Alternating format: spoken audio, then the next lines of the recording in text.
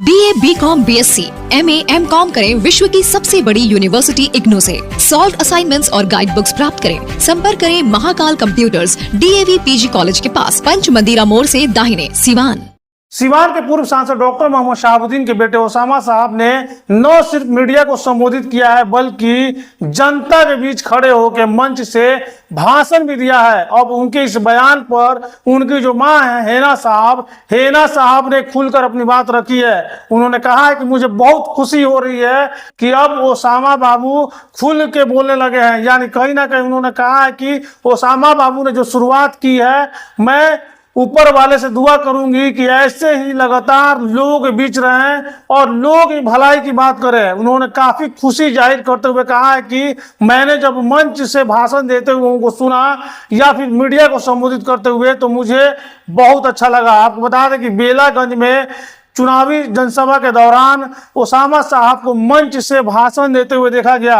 उससे पहले आपको बताते कि लगातार जनता से जनसंपर्क कर रहे थे और इस दौरान भी ओसामा साहब लगातार लोगों को संबोधित कर रहे थे। ओसामा साहब ये कह रहे थे कि कहीं ना कहीं जो लोग बांटने की बात कर रहे हैं, तोड़ने की बात कर रहे हैं, उनको कहीं ना कहीं सबक सिखाने की जरूरत है और तेजस्वी यादव के हाथों को मजबूत करने की बात कर रहे हैं। उन्होंने साफ तौर पर मंच से भाषण देते हुए कहा है कि तेजस्वी भाई को 2025 में मुख्यमंत्री बनाइए और नफरती सोच वाले लोगों को हटाइए। यानी कहीं ना कहीं अब इस भाषण के बाद हेना साहब ने भी खुल के बयान दिया और हेना साहब काफी इस दौरान खुश नजर आई कि अब उनके जो बेटे हैं ओसामा साहब भी खुल के राजनीति में आ गए हैं और बोलने भी लगे हैं। क्योंकि कई सारे लोग ऐसे थे जो लगातार ये चाहते थे कि ओसामा साहब भी खुलकर बोले।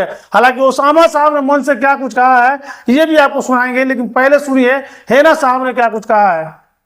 अच्छा भाषण दिया है, पहली प्रतिक्रिया क्या होगी आपकी? बहुत अच्छी बात है और मैं चाहती हूँ कि जो पहला शब्द उन्होंने मंच से शुरू किया है, आगे भी इसी तरह से अच्छे अच्छे शब्द वो अपने मुख से बोलें और लोगों को धन्यवाद दें और आगे बहुत आगे जाएं।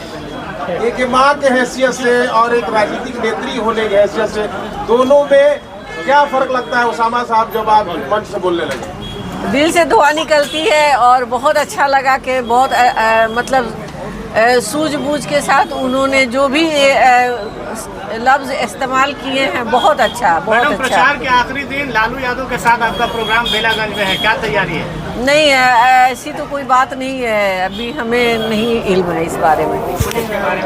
सिवान की जनता को बिलावती गिरी के बारे में क्या कहेंगी? उन्हीं के